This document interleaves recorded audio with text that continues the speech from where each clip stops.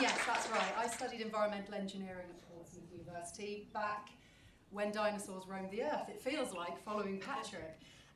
When I studied environmental engineering, it was the first year of the course, and in fact I really struggled to find an engineering course that had anything to do with environment at all, and that was back in the mid-1990s. This was the only pure environmental engineering course that I could find. And what really attracted me to it was the real breadth of subjects that it covered, because it didn't just cover multiple different engineering disciplines, it covered things like law, international policy, economics, and various subjects like this, which on the face of it had nothing to do with engineering. But really they were about what engineering is about how the world works and making the world work in a particular way. And so even though it was way back in the 1990s, and I actually think, and I can say this now, I know that nobody from Portsmouth is here, I think they kind of made it up pretty quickly and just shoved together a whole load of subjects to respond to this climate, talk that was going on. And it served me incredibly well my whole career. So I'll just take you through what it is that, how I've got to where I've got to. So, as I say, I studied at university. I was actually employed at the time. So I was one of these creatures that managed to get sponsorship from a construction company. And in fact, I had no real desire to go into construction at first. But when I was walking around a different university having an open day, somebody had said that they were being paid by a company while they studied. And I was sort of, what? What do you mean? Would you get money? And so, yes, they told me about this thing called sponsorship. Now, again, this was back in the 90s when I think there was a bit more money sloshing about. But I wrote off to a few engineering companies and I got a really good offer from a construction company. And so that sent me on my way into the construction industry. And I studied, I was an undergraduate sponsor from Bovis Construction. And I was their first full-time dedicated environment manager. And in fact, was the first dedicated environment manager in the UK construction industry. Now, what that meant was that at the tender age of 19, I was on construction sites telling people how they should do their job. So I think you can imagine how that went, very badly. So I had to learn very, very quickly about how change happens, and actually not just about going and telling people how they should do things, but actually learning about why things are the way they are. And the fact that people aren't bad people, they don't want bad outcomes, but they haven't learned any better. And actually they certainly haven't learned how to get better outcomes by doing things differently. And we're all creatures of habit, we all want to do things the same. So my whole career now working in sustainability, graduating as an environmental engineering graduate, coming out into industry, working in sustainability, my whole career has been about change. And so, I feel I'm something of an expert on change and also how not to achieve change as well. I've been through a lot of that and it seems it's every day at the moment.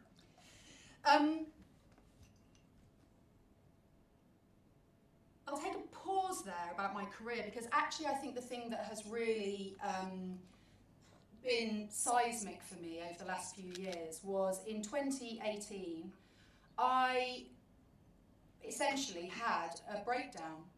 I had a nervous breakdown because I'd been working in industry for a very long time and I had been realising that change wasn't happening quickly enough. And it was when the IPCC report came out, the 1.5 degrees report. The Amazon was on fire. The news every single day, all day, was about cities cloaked in smoke and animals dying and people dying. And it was just everywhere that you looked. And I had at that point been realising that the work that we'd been doing, although we'd been achieving some change, we hadn't been achieving change quickly enough. And so a lot of people were saying, yes, we're doing great projects, we're achieving 10% carbon reduction, we're achieving 90%, waste diverted from landfill. Yay us, aren't we doing brilliantly? But the planet's on fire. So clearly there's a mismatch here between what is going on and what we're justifying to ourselves as being good enough and what is actually happening within planetary and political systems. And it was at this point I had realised that the work I was doing was not systems change. It was small change, it was tokenistic change. It was one project at a time, one company at a time. And it's not enough. You could be the most sustainable company in the world, but you cannot just sit back and pat yourself on the back. you need to become part of systems change. Because no matter how big that organisation is, it is still just a drop in the ocean compared to global activity. And so we have to be really focusing, and this is where I changed my mind, focusing on change at scale and pace. And it is only those two things, scale and pace, that are going to make a difference. And if we cannot say that we're changing meaningfully at pace and at scale, then we really are not doing enough, and we need to move on and think about how we can do that. And so that was my awakening in 2018. Now, in the spring of 2019, you may remember, Extinction Rebellion arrived on the scene. And it was at one weekend when Extinction Rebellion had taken over London, and my sister was staying with me for that weekend, and knowing what I'd been through over the last few months, she said to me some words that changed my life. She said, "I'm surprised you're not there." And that caused me to take a really good look at myself, because up until then I'd looked at these crusty protesters on the street and I'd looked at all the news reports and gone, oh God, I don't even know what they're talking about. I'm a professional, I'm the one living it every day. You know, they're out there, they're misinformed, they're just blocking traffic and causing an annoyance. But when she said those words to me, it fundamentally hit me in the stomach, and it made me realise I was no different from them, and in fact they were just people like me who didn't know what else to do. And so they'd taken their bodies onto the street in some show of grief and of desire to change. And so I took myself and my young son out onto the street with them. We went to Marble Arch and we met them there. And from that day on, I have been a proud protester. And I've been a member of Extinction Rebellion from that day. And that has completely changed the way in which I work. It's changed the way I work with my clients. I completely reinvented my company. And now we are all about purpose and mission. And everything I do within the projects I work with and the clients that I work with is all about change at scale. So we work on individual projects, but we are always looking at how is this replicable? How are we going to share this data? How are we going to scale it? How are we going to take others with us? That has got to be at the heart of everything that we do. I was protesting an incinerator, the Edmonton incinerator, in my hometown, so just in North London, about 2 miles from where I live, was being built one of the UK's largest waste incinerators. This is inside the North Circular. I had learned as an engineer that waste incineration was a good thing. I had learned during my studies, I'd even been to this incinerator and I had audited it, and the audit had come out as satisfactory. Because I had been taught that waste incineration was a good thing, it was a win-win. Take waste that can't be recycled, burn it, turn it into green energy.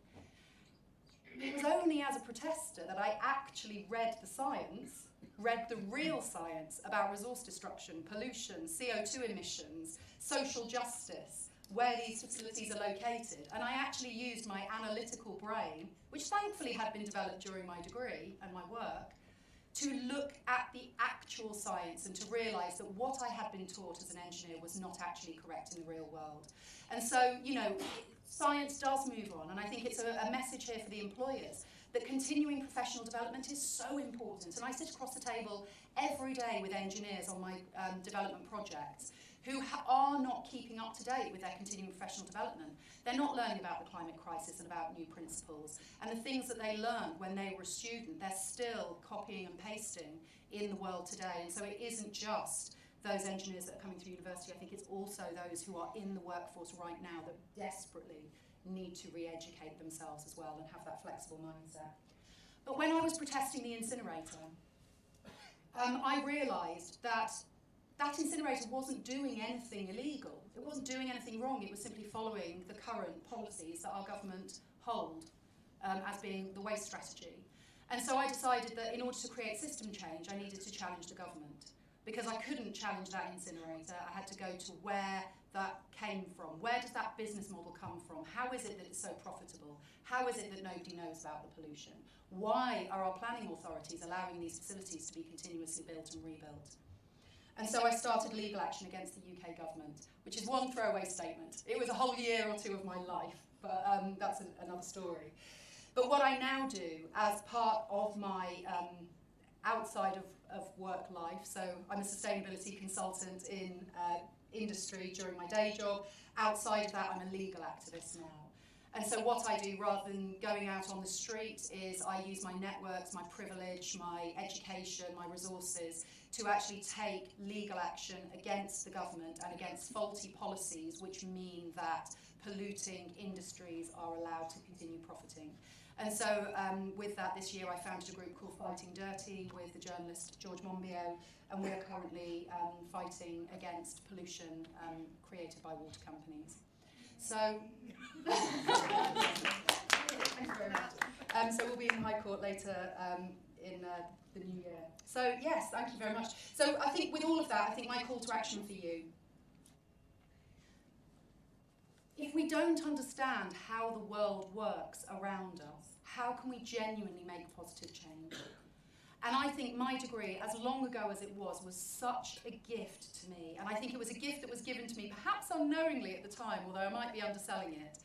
But to be taught about economics, to be taught about things like the Rio and Kyoto protocols and treaties, to learn about how the UN works, to learn about how Westminster works, all of that stuff has really furnished me with the ability now, whenever I'm faced with a problem, to first ask why.